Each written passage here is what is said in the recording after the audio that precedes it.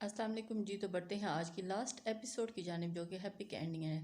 یہ سب میں نے ریدا کی محبت میں کیا۔ میرا مقصد ان کی انسلٹ کرنا نہیں تھا۔ پپو ہو جاتا ہے مجھ سے، ہر بار ہو جاتا ہے، میں خود نہیں کرتی، میں ان سے محبت کرتی ہوں۔ میں نے جان بوجھ کر ان کے ساتھ کیسے پپو وہ سر اٹھا کر بے بسی سے بولتی، پھر پیشانی ان کے سینے پر ٹکا گئی تھی، رونا بھی جاری تھا اور اس کے اظہار محبت دونوں مسکرا دی تھی۔ مجھے پتا ہے میری جان، وہ بھی تم سے بہت محبت کرتا ہے۔ انہوں نے اس کی پیشانی چومی تھی اور پھر خود ہی چپ ہو گئی تھی۔ ہیر، میرے لیے تم اور بھائی دونوں عزیز ہو، میں کسی کا دل نہیں توڑ سکتی۔ یقین کرو، اگر فیصلہ تمہارے حق میں بھی ہوتا تب بھی راضی ہوتی۔ ریدا پشیمانی اور محبت کے ملے جلے تاثرات سے کہتی ہوئی اسے گلے سے لگا گئی تھی۔ مطلب اگر میرے حق میں فیصلہ ہوتا تو تم اس مچھیر سے شادی نہیں کرتی؟ وہ سنجیدگی سے پوچھ رہی تھی۔ فائزہ نے اپنی ہنسی لبوں میں دبائی تھی۔ بالکل بھی نہیں کرتی، بس اگر تم انہیں یہ مچھیڑ کہنا بند کر دو ہیر، ریدا نے دہائی دی تھی۔ ہیر کھلا کر ہنسی تھی۔ اچھا اٹھو، منہ دھو کر آؤ اور جا کر میرے بھتیجے کو بناؤ، جو ابھی بھی اظہار محبت ہمارے سامنے کیا ہے۔ فائزہ سے گلے لگا کر کہو اس کی ناراضی ختم کرو۔ اسے دیکھتا اس کے چہرے دیکھ کر اس ہنسی تھی۔ پھپھو آج تو بالکل بھی نہیں جاؤں گی، کیا پتا وہ مجھے چیر پھاڑ ہی نہ دے، وہ کہہ کر پھر پلٹی تھی۔ ایک تو اسے میرے بھائی سے اللہ جانے والا ویر ہے اور اس نے اپنے دل میں چھپایا تھا۔ دیکھو پھپھو، آپ نے اسے، ریدا نے ہبکی سے فائزہ کو دیکھا تھا۔ پھپھو مجھے دیکھا ہوا ہے، تم اپنی فکر کرو، جب ساری زندگی مہران بھائی کی مونچھیں ہی دیکھنی پڑیں گی۔ وہ باز نہیں آئی تھی اب کی بار۔ ریدا نے اسے دھموکا جڑا تھا، تکیے کے اندر ہیر کا کہکا گونجا تھا۔ فائزہ نے دائیں بائیں سر ہلایا تھا۔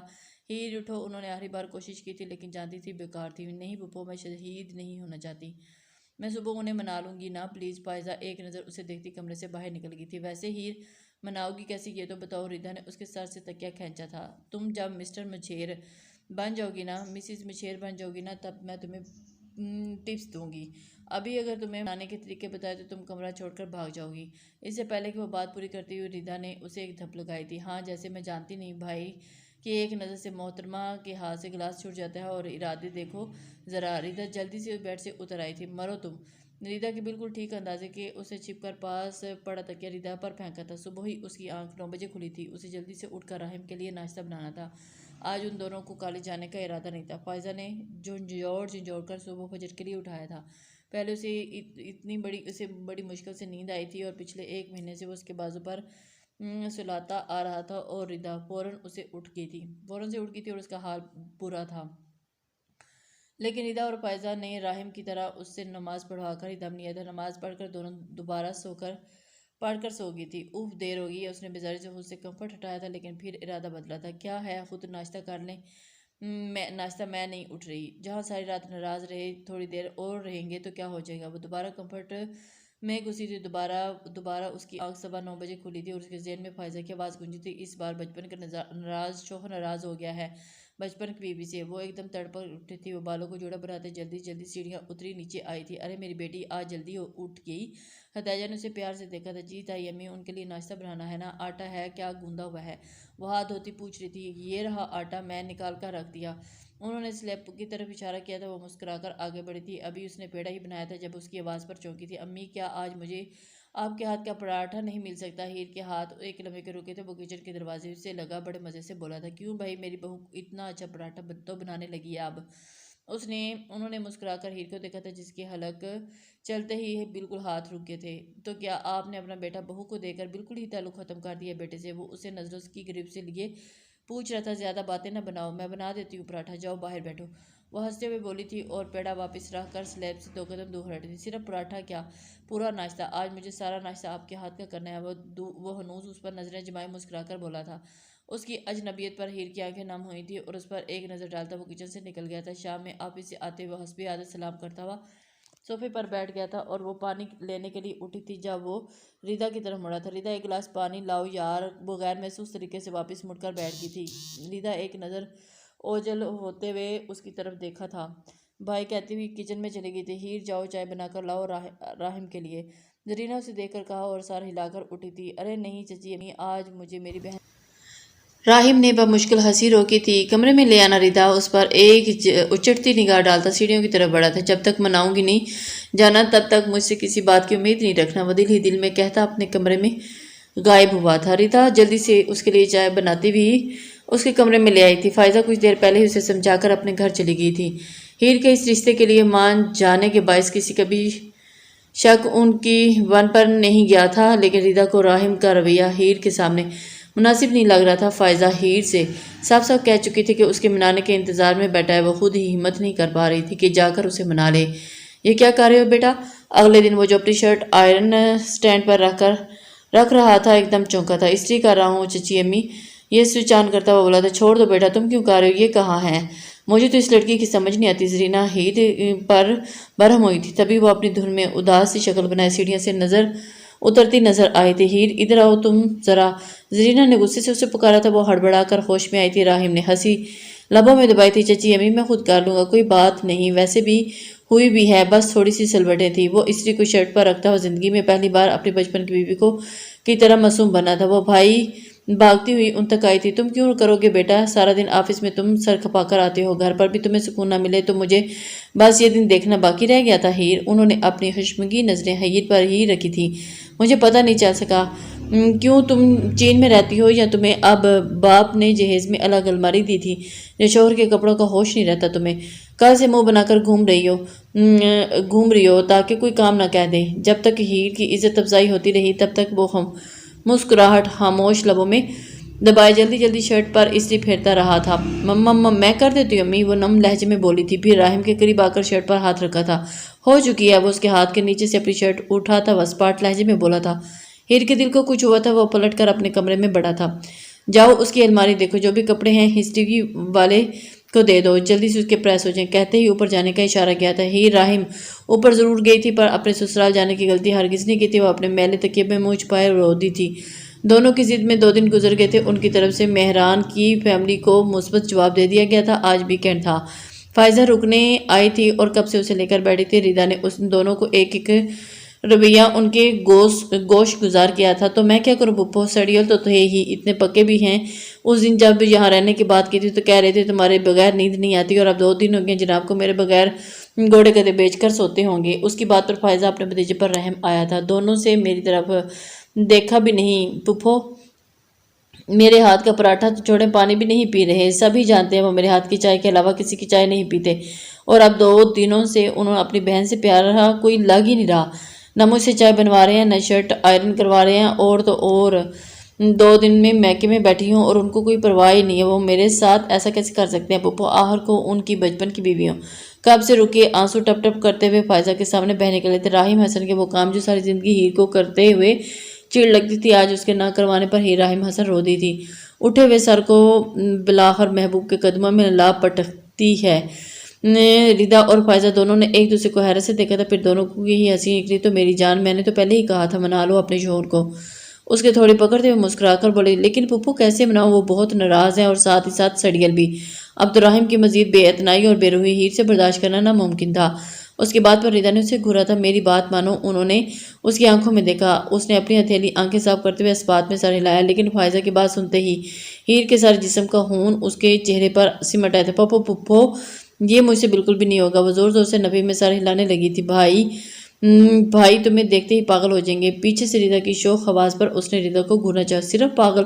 ارے چاروں شانے چت ہو جائے گا میرا بھتیجا۔ فائزہ نے آنکھ ماری تھی، لیکن پپو ہیر کے دل کی حالت ابھی بھی اتل پتل ہونے لگی تھی۔ ہیر سوچ لو، ورنہ بھائی کی اگنورنس برداشت کرو۔ پھر ہیر نے بے بسی میں نفی میں سر ہلایا تھا۔ واؤ پپو، ایک سرپرائز انہوں نے پلان کر کے اپنے بچپن کی بیوی کو حیران کیا تھا۔ ریدا نے آنکھیں گھمائی تھی۔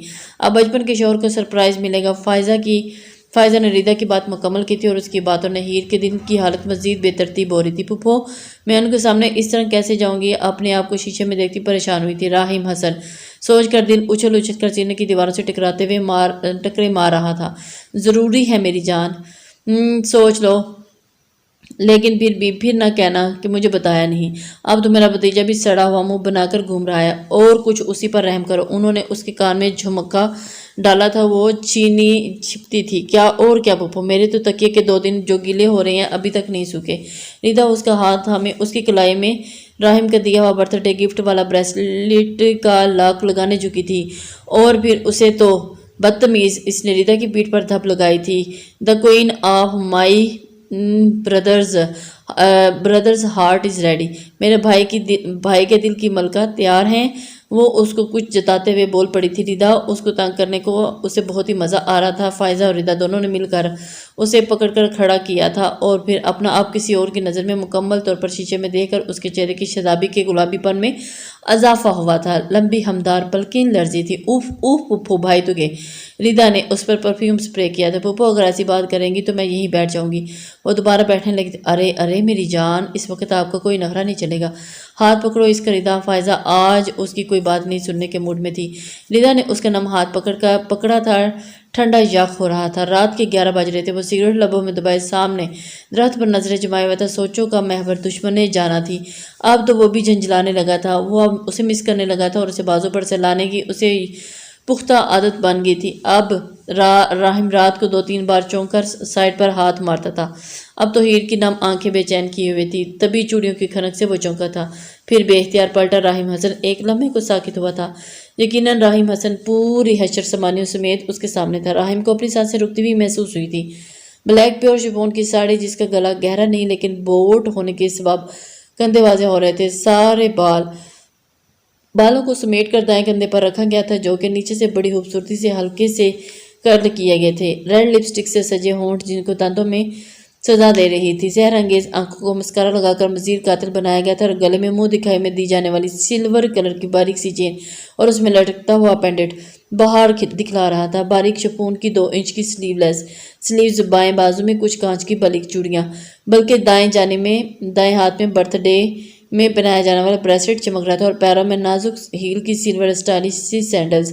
راہم کو اپنی سانسیں روکتی ہوئی محسوس ہوئی۔ 1-2 بار ہیر نے نظریں اٹھانے کی کوشش کی تھی لیکن اسے یکٹی خود پر دیکھتا پا کر نظریں جھکانے پر مجبور ہو گئی تھی۔ ہیر کا دل اس کے کانوں میں دھڑک رہا تھا۔ وہ نظریں جھکائے بائیں دائیں کلائی میں پہنے بریسلیٹ کو چھیڑی تھی۔ یہ ایک ناکام کوشش تھی خود کو اس کی بے باک نظروں سے چھپانے کی۔ اس نے جھجکتے ہوئے 2 قدم آگے بڑھانا چاہا تھا لیکن نہ پینسل ہیل میں چلنے کا کوئی تجربہ تھا اور نہ ہی کبھی ساڑی پہنی تھی۔ نتیجتاً وہ لڑکھڑائی تھی۔ جب اچانک راہم کو ہوش آیا تھا، بے ساختہ آئی ہنسی کو وہ بڑی مہارت سے چھپا گیا تھا۔ پھر ایک بھرپور نظر اس پر ڈالنے کے بعد وہ سگریٹ لبوں میں دبائے پلٹا تھا۔ اوف، یہ پھپھو اور ردا کے کام ہی نڈالے ہوتے ہیں۔ وہ بڑبڑائی تھی۔ اب کے کھل کر مسکرایا تھا۔ کیوں آئی ہو، کوئی کام تھا کیا؟ اس نے بے اتنائی پر ہیر نے تڑپ کر سر اٹھایا تھا۔ آنکھیں سرد سے بھیگی تھی۔ اسے لاتعلق سا پیٹھ کیے کھڑے دیکھ کر اس کے دل میں درد جاگا تھا۔ مما میری بات تو سنے۔ وہ خود پر قابو پاتی بمشکل بولی تھی، لیکن وہ ویسے ہی کھڑا رہا۔ اس کے بھیگے لہجے پر راہم کا دل مچلا تھا۔ ایک پل کو دل گیا کہ سب جائے بھاڑ میں اور بھاگ کر اسے اپنے وجود میں چھپا لے، لیکن جانے کیوں اس سمے اس کا دل ہیر کو خود کو منانے کی ضد کر بیٹھا تھا۔ کوئی جواب دیے بغیر اس نے سگریٹ نیچے پھینک کر پیروں سے بجھائی تھی۔ آپ ناراض ہیں مجھ سے؟ ہیر کی نظریں اس کے پیروں پر تھی۔ اس وقت ہیر راہم کا دل اس سڑیل جنگلی ہٹلر کی پناہوں میں رونے کو کر رہا تھا، تو دوسری طرف راہم کا دل ضدی بچے کی طرح اس کا ہوش ربا روپ دیکھنے کا متمنی ہو رہا تھا، پر وہ خود کو سنبھالے ہوئے تھا۔ دونوں بمشکل اپنے اپنے دلوں کو قابو کیے ہوئے تھے۔ کہیں تمہیں میں ایسا لگوں گا؟ ایسا کیوں لگا؟ میں اگر ناراض ہوتا تو میری بیوی ایٹ لیسٹ 2 دن بعد نہ آتی مجھے منانے۔ از حد سپاٹ لہجے میں ہیر کا دل ڈوبا تھا، اور یہ بات راہم نے بالکل دل سے کہی تھی۔ مما مجھے آپ سے ڈر لگ رہا تھا نا، آپ تو ویسے ہی اتنے سڑیل ہوتے ہیں، اس بار تو آپ ناراض۔ ہڑبڑاہٹ میں وہ کیا سے کیا بول گئی تھی؟ کیوں میں آدم خور ہوں یا اب تک تمہیں مارتا آیا ہوں میں؟ وہ تپا ہی تو تھا۔ ہیر راہم حسن ہمیشہ کی طرح راہم حسن کے رومانٹک موڈ کا گلا گھونٹتے ہوئے کمر بستہ ہوئی تھی۔ مما میرا مطلب یہ نہیں تھا، اب آ تو گئی ہوں نا منانے۔ وہ نم لہجے میں اتنے پیار سے بولی تھی کہ راہم نے بے اختیار اپنے دل پر ہاتھ رکھا تھا۔ بڑی نوازش ہے جی آپ کی، وہ سر جھٹک کر بولا تھا۔ پھپھو نے تو کہا تھا آپ مجھے دیکھتے ہی چاروں شانت چت ہو جائیں گے، پر آپ بھی ابھی تو ویسے ہی سڑیل ہیں، مجھے آنا ہی نہیں چاہیے تھا۔ وہ سوسو کرتی مڑی تھی، لیکن برا ہوا پینسل ہیر کا جو ساڑی میں الجھی تھی۔ ہیر کا پاؤں مڑا تھا اور وہ ٹرخ کی آواز کے ساتھ ہیل کے ٹوٹنے کے ساتھ ہی ہیر کی ہلکی سی چیخ بھی گونجی تھی، جو اب تک اس کی پہلی بات پر غور کیے فائزہ کے پلان پر اش کر رہا تھا، اور اس کی چیخ پر ایک دم مڑا تھا۔ بغیر 1 سیکنڈ ضائع کیے وہ اس تک پہنچا۔ وہ زمین پر گری ہوئی تھی اور ہیر پھر اسی تیزی سے اس کے پاس زمین پر اکڑوں بیٹھا تھا۔ وہ سر جھکائے اپنا پاؤں پکڑے ہوئے تھی۔ اسے بہت سخت درد محسوس ہو رہا تھا۔ ہیر تم ٹھیک تو ہونا لگی تو نہیں ہے؟ وہ اس کے جھکے سر کو دیکھتا ہوا پریشانی سے پوچھ رہا تھا۔ اس نے سر اٹھا کر شکوہ کرنا نگاہ سامنے بیٹھے اپنے شوہر کے پر ڈالی تھی۔ آنسوں سے لبالب بھری آنکھیں مزید قاتل لگتی راہم حسن کے دل پر وار کر گئی تھی۔ جب ساڑی پہننی نہیں آتی تو پہنی کیوں؟ تھی۔ اس نے اپنی محسوس سخت انداز میں کہتے اس کی ساڑی کا ڈھلکا ہوا پلو واپس جانے پر رکھا تھا، پھر اس کے ہاتھ سینڈل سے ہٹائے گئے تھے۔ دماغ خراب تھا جو میرا پھوپھو کی باتوں میں آ کر آپ کو منانے چلی گئی۔ وہ اپنی چوڑیوں والی کلائی سامنے کرتی بچوں کی طرح روتے ہوئے بولی تھی، جہاں ٹوٹی چوڑیاں اس کی کلائی میں کھپ گئی تھیں۔ یعنی کہ ساری غلطی ابھی بھی میری۔ واہ، پھوپھو بے وقوف بھتیجی کو مجھے منانے بھیج رہی تھی تو تھوڑی ٹپس بھی دے دیتی کہ روٹھے شوہر کو کیسے منایا جاتا ہے۔ راہم نے اس کی کلائی سے اس کا ہاتھ ہٹایا تھا، پھر کلائی اونچی کر کے قریب سے جائزہ لینے لگا تھا۔ اپنے بے وقوف بولنے جانے پر وہ تپی تھی۔ ساڑی پہن تو لی تھی تو میں نے آپ کو منانے کے لیے، اب آپ کیا چاہتے ہیں؟ آپ کے پیچھے گھومتی، ساڑی کا پلو لہرا کر چیپ سا گانا گاتی وہ تب کر بولی تھی۔ راہم کا کاکا بھی ساختہ تھا، اس کی کلائی تھامے وہ اس کو دیکھ کر ہنس رہا تھا۔ اپنی بات سمجھ میں آتے ہیر نے دل ہی دل میں خود کو کوس کر سر جھکا گئی تھی۔ خوشخبری! وہ اس کی طرف جھانکتے ہوئے اس کو منانے کے جتن کر بیٹھی تھی۔ تمہارا اتنا رومانٹک امیجنیشن، اگر بارش بھی ہو جائے تو اوف! راہم کے چہرے کے قریب اپنا چہرہ لایا تھا، لیکن ہونٹوں پر ہنسی ابھی بھی برقرار تھی۔ ہیر کے سارے جسم کا خون چہرے پر سلامی دینے آیا تھا۔ مجھے اتنی چوٹ لگی اور آپ کو رومانس سوج رہا ہے۔ وہ روحانسی ہوئی تھی۔ اتنا اسے کچھ تو بولنا تھا نا۔ نہیں، چوٹ پر نہیں سوج رہا، پھوپھو کی بات کے مطابق سوج رہا ہے۔ ہیر کا دل ایک لمحے کو رکا تھا اور اس نے پلکوں کو سوالیہ انداز میں اٹھایا تھا۔ وہ بہت نرمی اور احتیاط سے اس کی کلائی سے ٹوٹی ہوئی چوڑیاں نکال رہا تھا اور اس کی کلائی پر ننھے ننھے خون کے قطرے ابھرتے دیکھ کر وہ سنجیدہ ہوا تھا۔ پھوپھو کی بھتیجی واقعی پھوپھو کے بھتیجے کی چاروں شانیں چت کر چکی تھی۔ گمبھیر لہجہ۔ ہیر کی پلکیں لرزتے ہوئے جھکی تھی اور رونے کے باعث اس نے بھیگی پلکیں آپس میں جڑ گئی تھی۔ جس پر ایک نظر ڈالتا ہوا وہ ایک دم کھڑا ہوا۔ اٹھو! راہم نے نرمی سے اس کا بھربھرا گزار بازو تھاما تھا اور اس کے ہاتھ کا لمس ہیر کے رگ و جان میں ایک انوکھی برقی کی طرح دوڑا تھا۔ اتنے دنوں سے وہ اس کا دل جان روح سے اسی پر حدت کے تو وہی منتظر تھے۔ ایک ہاتھ میں سینڈل تھامے اس نے سہارے کھڑے ہونا چاہا تھا، پر پیر میں درد کی لہر وہ لڑکھڑائی تھی۔ سر سے اپنا ہاتھ اس کی کمر میں ڈال کر وہ نیچے بیٹھا تھا۔ ساڑی پہن لی تھی، کر دینا تھا تم نے، مجھے چاروں شانے چت کافی نہیں تھا جو ہیر پہن کر اپنا پاؤں توڑوا دیا۔ اب وہ دوسرے پیر سے سینڈل اتار رہا تھا۔ راہم کے لہجے میں جھنجھلاہٹ محسوس کرتی جواباً وہ بھی جھنجھلاہٹ سے بولی تھی، ریدا نے کہا تھا کہ آپ مجھے دیکھ کر دیوانے ہو جائیں گے۔ اس نے گہرا سانس لیا تھا، یعنی چاروں شانے چت کروانا کافی نہیں تھا، جو مزید اسے دیوانہ بھی بنانا تھا۔ وہ حیرت سے آنکھیں واہ کرتا ہوا سوچ رہا تھا جب ابھی تک وہ جھنجھلاہٹ میں بولے جا رہی تھی۔ آپ کو کیا لگتا ہے یہ ساڑی، یہ پینسل ہیل پہن کر آپ کے سامنے آنے کا حوصلہ تھا مجھ میں؟ یہ دونوں پھوپھو بھتیجی نے پتہ نہیں کیا کیا کرواتی ہیں مجھ سے۔ وہ جھنجھلاہٹ میں پتہ نہیں کیا سے کیا بولتی گئی تھی، پر اس پر میری بہن اور پھوپھو کم سے کم زیادہ تم سے زیادہ عقل مند ہے۔ ہیر راہم حسن اس کے ہاتھ میں دوسرا سینڈل تھماتا ہوا مسکراتے ہوئے اسے گود میں اٹھا گیا تھا۔ ہیر نے دونوں ہاتھ اپنے چہرے پر رکھے تھے، وہ اسے اٹھائے ہوئے اپنے کمرے کی طرف بڑھا تھا لیکن پھر دروازے پر رکا تھا۔ ہیر راہم حسن، آپ کو میں کے ڈراپ کروں یا اپنے سسرال چلیں گی آپ؟ وہ بامشکل بالکل سنجیدگی سے پوچھ رہا تھا، لیکن آنکھوں میں ٹپکتی واضح شرارت وہ چھنپی تھی۔ مجھے اپنے گھر جانا ہے، اعتماد سے بولتے ہوئے اس نے کمرے کا دروازہ کھولا تھا اور اس کی بات پر راہم حسن کے چہرے پر جاندار مسکراہٹ کھلی تھی۔ وہ اسے آرام سے بیڈ پر بٹھا چکا تھا، ہیر کے ہاتھ میں تھامے سینڈلز نیچے رکھے تھے۔ ادھر دکھاؤ۔ وہ اس کا ہاتھ کا جائزہ لینے لگا تھا۔ اس پر ڈیٹول کا لگانی ہوگی۔ وہ زخم کا معائنہ کرتا بولا تھا، کوئی نہیں، بالکل بھی نہیں، اب اتنا بھی نہیں لگا جو آپ ڈیٹول لگائیں گے۔ وہ اپنی کلائی چھڑواتی ہوئی ایک دم بپری تھی۔ تو زخم کیسے صاف ہوگا؟ وہ گھور کر پوچھ رہا تھا، پھر سائڈ ٹیبل پر پین کلر آئنمنٹ نکال کر ایک گھٹنا موڑ کر واپس بیڈ پر بیٹھا تھا۔ پانی سے دور ہو جائے گا۔ وہ اپنی کلائی ساڑی کے پلوں میں چھپاتے ہوئے اس کی حرکت پر راہم نے بے ساختہ مسکراہٹ کو چھپایا تھا، پھر بڑے آرام سے ہیر کا پیر اپنے گھٹنوں پر رکھتے ہوئے اب اسے آئنمنٹ لگانے لگا تھا۔ ہیر یکٹک اسے دیکھے گئی تھی، وہ سر جھکائے اپنے کام میں مصروف رہا تھا، پھر کچھ کہے بغیر ہی واش روم سے ڈیٹول لے آیا تھا۔ ہیر کا دھیان ڈیٹول پر نہیں گیا تھا، بس وہ خاموشی سے اسے دیکھ رہی تھی۔ اس کی نظر خود پر محسوس کر رہا تھا۔ راہم نے سائڈ ٹیبل سے روئی نکالی اور پھر دوبارہ اسی جگہ پر بیٹھ کر اس نے روئی کو ڈیٹول کی بوتل پر لگا کر بوتل کو ٹیڑھا کیا تھا اور ڈیٹول روئی میں جذب ہوئی تھی۔ اب مجھ سے ناراض ہیں؟ لہجہ نم تھا۔ میں تم سے ناراض ہو سکتا ہوں بھلا؟ راہم نے نرمی سے ہیر کے پلو سے اس کا بازو نکالا۔ شیفون کا پلو پھر سے پھسلا تھا اور اس نے اس کے پلو کو جگہ پر رکھتے ہوئے اس کی کلائی تھامی تھی۔ ہیر کا دل بھر آیا تھا۔ ہاں، اسی لیے میرا ہاتھ کا پراٹھا نہیں کھایا، میرے ہاتھ سے پانی نہیں پیا اور اس دن شرٹ استری نہیں کرنے دی، اتنی ڈانٹ کھلوائی۔ وہ بولتے بولتے رو دی تھی۔ وہ مسکرایا تھا، میں ناراض تھا تو ناراضگی دکھا دی، اب نہیں ہوں تو اب پیار دکھاؤں گا۔ راہم نے اس کے ہاتھ پر روئی رکھی تھی اور وہی ہوا جس کا ڈر تھا۔ امی جل رہا ہے میرا ہاتھ، جل آپ نے ڈیٹول۔ وہ اپنا ہاتھ چھڑواتی ایک دم چیخی تھی جب راہم نے اپنی ہتھیلی اس کے ہونٹوں پر جمائی تھی۔ بس چپ، خاموش، تمہیں اسٹیچز نہیں لگا رہا جو ایسے چیخ رہی بے وقوف لڑکی۔ ہیر کی آنکھوں سے لاتعداد آنسو اس کے ہاتھ پر گرے تھے۔ ہیر کے آنسو سے بھری آنکھوں میں اسے تکلیف دکھی تھی اور راہم حسن جانتا تھا کہ وہ ڈیٹول کی تکلیف ہرگز نہیں تھی۔ اس کے ہونٹوں سے ہاتھ اٹھا کر راہم نے نرمی سے اسے خود میں سمایا تھا۔ وہ رو دی تھی، بچوں کی طرح رو دی تھی۔ وہ جتنا اسے چپ کرواتا اتنا روئے جا رہی تھی۔ ہیر بس کرو دو یار، راہم نے بے بسی سے اس کے بال سلائے تھے۔ آپ کو پتہ ہے آپ سیریل ہیٹر ہلاکو ہان تو ہیں ہی، پر بہت پکے بھی ہیں، جھوٹے بھی ہیں۔ مجھ سے کہا تمہارے بغیر نیند نہیں آتی اور 2 دن بڑے مزے سے سو بھی لیے، پر مجھے لینے نہیں آئے۔ میں آپ کا انتظار کرتی رہی۔ I hate you.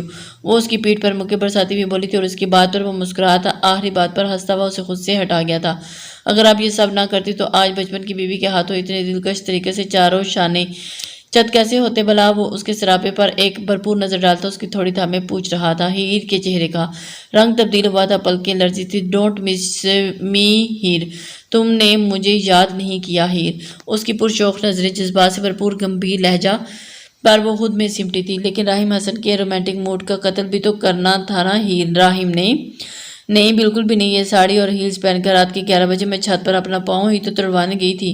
اپنی گھبراہٹ پر قابو پانے کے لیے وہ بھرائے ہوئے لہجے میں تڑاک کر بولی تھی۔ وہ مسکرایا تھا۔ آئی مس یو ٹو جانا۔ اس کی پیشانی پر لب رکھتے اس نے راہم کے قیمتی متاحے کی طرح سینے سے لگایا تھا اور کچھ کہے بغیر اس نے طمانینت سے اپنا سر اس کے سینے پر رکھی آنکھیں موندی تھی۔ راہم حسن کو اپنا جواب ہیر کے آنسوں نے دے دیا تھا۔ جلدی سے چینج کر کے آؤ، جب تک تم میرا بازو نہیں توڑ گی مجھے نیند نہیں آئے گی۔ قسم سے وہ دونوں 5-6 بار تو اٹھ کر تمہیں ڈھونڈا ہے دل نے۔ وہ کھلکھلائی تھی۔ راہم حسن اس کے کانوں میں رس گھول رہا تھا۔ اپنی بےتابیاں بتانا ہی راہم حسن کو۔ راہم حسن اپنی زندگی میں اس کی اہمیت بتاتے ہوئے اس کی محبت کو مان بخش رہا تھا۔ اگلی صبح ہیر کے لیے بہت خوشگوار تھی۔ نماز پڑھ کر دونوں سو گئے تھے۔ 9:30 بجے اس کی آنکھ کھلی تھی اور اس کے پہلو میں بالکل گہری نیند سو رہا تھا۔ ہیر کونی پر سر ٹکائے اس کے چہرے کو محبت سے تکتے ہوئے اس پر جھکی تھی۔ ہیر راہم حسن نے اپنی محبت کی پہلی مہر اس کے گال پر سپت کی تھی۔ راہم نے تھوڑی سی آنکھیں کھول کر اسے دیکھا تھا۔ ہیر نے سانس روکی تھی لیکن وہ کسمسا کر دوبارہ سو گیا تھا۔ وہ مسکراتی ہوئی بیڈ سے اٹھی تھی۔ فریش ہو کر اس کے موبائل پر 5 منٹ کے بعد کا الارم لگاتی وہ کمرے سے نکل گئی۔ اس کے پاؤں میں اب درد نہیں تھا۔ کلائی پر راہم نے سنی پلاسٹ لگایا تھا اور اس کے لیے پراٹھا بنا رہی تھی۔ فائزہ اور ردا اس کے سوالوں کی بچھاڑ کر دی تھی، پر وہ ہونٹوں کو سیے اپنے کام میں مصروف رہی تھی۔ پر اس کے چہرے پر سجی خوبصورت مسکان نے ردا اور فائزہ کے دلوں کو اطمینان بخشا تھا۔ ہیر جلدی سے ناشتہ لاؤ، مجھے بہت بھوک لگی ہے۔ جب بھی وہ کچن میں داخل ہوا تھا فائزہ مانی ہیز اسے دیکھا تھا۔ کیا حال ہے بھتیجے؟ انہوں نے مسکرا کر پوچھا اور اس کے لہجے میں رچی شرارت کو اگنور کیے وہ فریج سے پانی کی بوتل اور گلاس لیے باہر آ کر ڈائننگ ٹیبل پر بیٹھا تھا۔ میں تو الحمدللہ بہت خوش ہوں پھپھو، پر آپ سے کہنا تھا کہ بیاہی بیٹیاں سسرال میں ہی اچھی لگتی ہیں۔ وہ بول کر گلاس لبوں سے لگا گیا تھا۔ جی بالکل، میرا بھی یہی خیال ہے۔ جب ہی اپنی بیٹی کو سسرال روانہ کیا تھا تاکہ سسرال والوں کے چہرے کا ڈیزائن بھی اصلی حالت میں آ جائے، وہ برجستہ بولی تھی۔ وہ گلاس ٹیبل پر رکھتا زور سے ہنسا تھا۔ اپنی بھتیجی سے کہیں کہ ناشتہ لے بھی آئے۔ اب ہیر ان کو مسلسل اپنی طرف دیکھتا پا کر وہ خود ہی اس کی آوازیں دینے لگا تھا۔ فائزہ ہنستے ہوئے کچن کی طرف بڑھی تھی۔ فائزہ نے ایک مسکراتی نظر ہیر پر ڈالی تھی۔ آئی وہ بولتی ہوئی کچن سے برآمد ہوئی تو ناشتہ رکھ کر مڑنے کو تھی جب وہ اسے دوبارہ پکار گیا تھا۔ جی، اس نے راہم کو دیکھا تھا۔ بیٹھو، تمہیں ایک بات بتانی ہے، وہ اس کے منہ میں نوالا ڈالتا بولا تھا۔ جلدی بتائیں، مجھے ردا کے لیے بھی پراٹھا بنانا ہے، وہ نوالا نگلتی بولی۔ ہیر میں صبح جاگ رہا تھا، پر وہ سر جھکائے نوالا بناتا بولا۔ کب؟ ہیر کا منہ حیرت سے کھلا تھا۔ راہم نے اس کے کھلے منہ میں دوسرا نوالا ڈالا تھا، تب پھر تھوک تھوڑا جھک کر بے ساختہ اس کا گال چھوا تھا۔ ساری بات سمجھتے وہ ہڑبڑا کر ردا کو پراٹھا میں بات ادھوری چھوڑ کر وہ کچن میں بھاگی تھی۔ میران سمرو کے گھر والے تاریخ لینے آئے تھے۔ باقی کے معاملات اللہ کے کرم سے جلدی طے ہوتے گئے تھے۔ کچھ دنوں میں ان کے مڈ ٹرمز تھے اور 12 دنوں بعد ان کا آخری پیپر تھا۔ ان کے امتحانات کو مد نظر رکھتے ہوئے 20 دن بعد ان دونوں کا نکاح طے کیا گیا تھا۔ رخصتی ان کے فائنل پیپرز کے بعد رکھی گئی تھی۔ راہم نے ہمیشہ کی طرح اپنی سخت نگرانی میں انہیں پڑھایا تھا اور اس بار ہیر راہم حسن کی سچی لگن ہی تھی جو اس کے سارے پیپرز اچھے ہوئے تھے۔ جو پیپرز چیک ہوتے جا رہے تھے وہ خوشی سے پاگل ہوئی جا رہی تھی۔ اس بار اس نے ردا کو بھی پیچھے چھوڑ دیا تھا۔ رزلٹ ہاتھ میں لیے وہ زور سے راہم سے لپٹی تھی۔ میں اس کی خوشی پر اس سے زیادہ خوش ہوا تھا اور اس کی خوشی میں ہی وہ آئے دونوں کو خود سے شاپنگ اور ڈنر پر لے آیا تھا۔ راستے میں انہوں نے فائزہ اور پریشا کو بھی پک کر لیا تھا۔ ہنستے مسکراتے رضا کی ناک میں دم کرتے شور مچاتے الٹے سیدھے ٹپے گاتے ڈھیر ساری شاپنگ میں یہ دن کیسے گزرے پتہ ہی نہیں چلا، اور نکاح میں اب ایک دن باقی بچا تھا۔ وہ دونوں اپنے ہی مائکے میں تھی، اس کی ضد پر نہیں بلکہ راحم صرف رضا کا خیال کرتے مجبور ہوا تھا۔ ڈل گولڈن کلر کی گھٹنوں تک آتی فل امبرائڈرڈ شرٹ، اس پر ہمرا گرارا کوریوں تک آتی سلیوز، ٹیکا، بڑے بڑے جھمکے اور بڑا سا ہار۔ رضا حسن مہران سمرو کے نام پر سر سے پیر تک سجی سمری ہدیجہ اور زرینہ کی آنکھیں نم کروا رہی تھی۔ راحم حسن نے نظر بار کر بہن کو نہیں دیکھا تھا کہ کہیں ضبط نہ ٹوٹ جائے۔ ہیر سے سب نے اتنا کہا کہ اپنی شادی یا ولیمے کا ڈریس پہن لیں، لیکن وہ مان کر ہی نہ دی۔ معاف کریں مجھے، اتنا بھاری ڈریس پہن کر میں مہمانوں کے قدموں میں ہی سلامی دیتے رہنا ہے۔ پھر اس بات پر راحم نے دائیں بائیں سر ہلایا تھا۔ ڈل یلو آرگینزا فراک جس کا فرنٹ اور سلیوز امبرائڈرڈ تھی، میرون دوپٹے گولڈن چھن سے بھرا ہوا تھا اور دوپٹے اور فراک کے دامن میں سبز ویلوٹ کی چوڑی پٹی جس پر فراک ہم جیسی امبرائڈرڈ کی ہوئی تھی، کریم کلر کے غرارے پر گولڈن چھن لگے ہوئے تھے اور بالوں کو نفاست سے جوڑے میں قید کیا گیا تھا۔ شادی میں گلے میں شادی کے دن والا ہار، کانوں میں اسی سیٹ کے جھمکے، ماتھے پر ٹیکا، کونیوں تک آتی سلیوز، ایک ہاتھ میں کپڑوں سے میچنگ کانچ کی چوڑیاں جبکہ دوسرے میں وہی بریسلٹ ہی راحم حسن کی نظروں کے حصار میں تھی اور وہ یہ بات جانتی بھی تھی۔ تبھی ایک دل فریب خیا امیز مسکان اس کے چہرے پر کھل رہی تھی۔ فائزہ بھی آج پرپل اور گرین کلر کے امتزاج میں بھتیجوں سے کم نہیں لگ رہی تھی اور ان کو یہ بات بتانے والا کوئی اور نہیں، ان کا اپنا بھتیجا ہی تھا۔ دولہا آ گیا تھا۔ رضا کے دل کی دھڑکن جو کب سے شور مچا رہی تھی ایک دم رکی تھی۔ ہیر نے بے اختیار اس کے سرد ہاتھوں کو اپنے ہاتھوں میں لے لیا تھا۔ رضا کیا بات ہے، کیوں اس طرح پریشان ہو رہی ہو؟ لو رضا تمہارا مچھیڑ آ گیا۔ ہیر نے رضا کے کان میں سرگوشی کی تھی۔ ہیر تمیز سے نام لو۔ دلہن بنی رضا نے اسے چٹکی نوچی تھی۔ بوسکی کے کریم کلر شلوار قمیض، چانوں پر اجرک اور گلے میں سرخ گلابوں کا ہار، چہرے پر ہلکی ہلکی شیو، اور دولہا چہرے پر خوبصورت مسکراہٹ سجائے اپنی دو ماؤں اور بھابھیوں کے ساتھ اندر داخل ہوا تھا۔ راحم اور فواد بھی دولہے کو کمپنی دینے کے لیے شلوار قمیض میں ہی تھے۔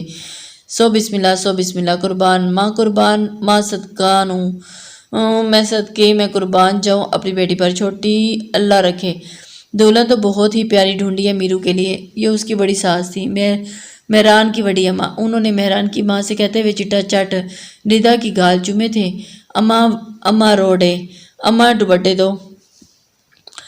بڑی اماں نے مہران کی بڑی بھابھی کے ہاتھ سے گولڈن کڑھائی والا بہت ہی خوبصورت لال دوپٹہ لے کر رضا کے سر پر ڈالا تھا۔ اب دلہن مکمل طور پر گھونگھٹ میں تھی اور پھر نکاح کی رسم کے لیے حسن صاحب، انعام صاحب اور راحم مولوی صاحب کے ساتھ اندر آئے تھے۔ راحم نے اس کے آگے پیپرز رکھے تھے اور رضا کے ہاتھ میں پین کانپا تھا۔ راحم نے اس کے سر پر ہاتھ رکھا تھا۔ سائن کرتے ہی کمرے میں سب سے پہلے ہیر کی سسکی گونجی تھی، پھر رضا بھی خود کو روک نہیں پائی تھی۔ زرینہ اور ہدیجہ نے اس کی پہچانی چومی تھی۔ ارے میری جان، ابھی تھوڑی ہی جا رہی ہے وہ۔ حسن صاحب نے اسے اپنے حصار میں لیتے ہوئے ہنس کر کہا تھا۔ یہ غداری تو ہے تایا ابو، مجھے چھوڑ کر چلی جائے گی، وہ بھرائی ہوئی آواز میں بولی تھی۔ راحم ایک نظر اس پر ڈال کر جلدی سے کمرے سے نکلا تھا۔ میں کیسے رہوں گی تمہارے بنا رضا، میرے بھائی ہیں نا، ان کو تنگ کرتی رہنا ساری زندگی۔ رضا سے بولا ہی نہیں گیا تھا اور پھر جو دونوں ایک دوسرے سے لپٹ کر روئی تھی تو سب کو رلا ہی ڈالا تھا۔ فائزہ کو دونوں ہی کا میک اپ پھر سے کرنا پڑا تھا۔ رضا کو باہر لا کر بٹھایا گیا تھا، لیکن یہ کیا، دولہے کے چہرے پر نظر پڑتے ہی راحم حسن کی آنکھیں پھٹی تھی۔ رضا تم کم از کم میری آدھی بددعا سے تو آزاد ہوگی۔ نظریں مہران پر جمائی بولی، وہ اپنی ماؤں راحم اور فواد کے ساتھ یہی آ رہا تھا۔ کیوں؟ رضا کا دل دھڑکا تھا۔ مونچھیں میٹھی، اب اور کیا بم پھوڑے گی؟ ہیر اس کے سر پر۔ السلام علیکم بھابھی، اسے حیران پریشان خود کو دیکھتا پا کر مسکرا کر بولا تھا۔ گھونگھٹ کے اندر بیٹھی رضا کے دل نے شور مچایا تھا۔ وعلیکم السلام بھائی، ہیر نے جلدی سے اپنا منہ بند کیا تھا۔ اب ٹھیک ہے نا بھابھی، وہ مسکرا کر پوچھتا رضا کے برابر بیٹھا تھا۔ رضا خود میں سمٹی تھی، مہران اس کا سمٹا محسوس کرتے ہوئے دل فریبی سے مسکرایا تھا۔ ہیر نے شرمندگی سے اس بات میں سر ہلایا تھا۔ ابا ہے کنوارے رکھے پارے، ابا یہ دلہن کو پہناؤ۔ بڑی اماں اس کے ہاتھ میں دو کنگن دیے تھے۔ رضا کے ہاتھ کانپے تھے۔ ہیر نے اس کا ہاتھ مہران کے ہاتھ میں دیا تھا اور اس کے ہاتھوں کی ٹھنڈک محسوس کرتا وہ ہنسا تھا۔ اس کی گرفت میں رضا کا ہاتھ کانپ رہا تھا۔ چلو دولہے میاں، تمہارے سالے سے اجازت لے کر آئی ہوں، لیکن اس کے اماں ابا سے نہیں، اس لیے جلدی کرنا۔ فائزہ نے ڈرائنگ روم کا دروازہ کھول کر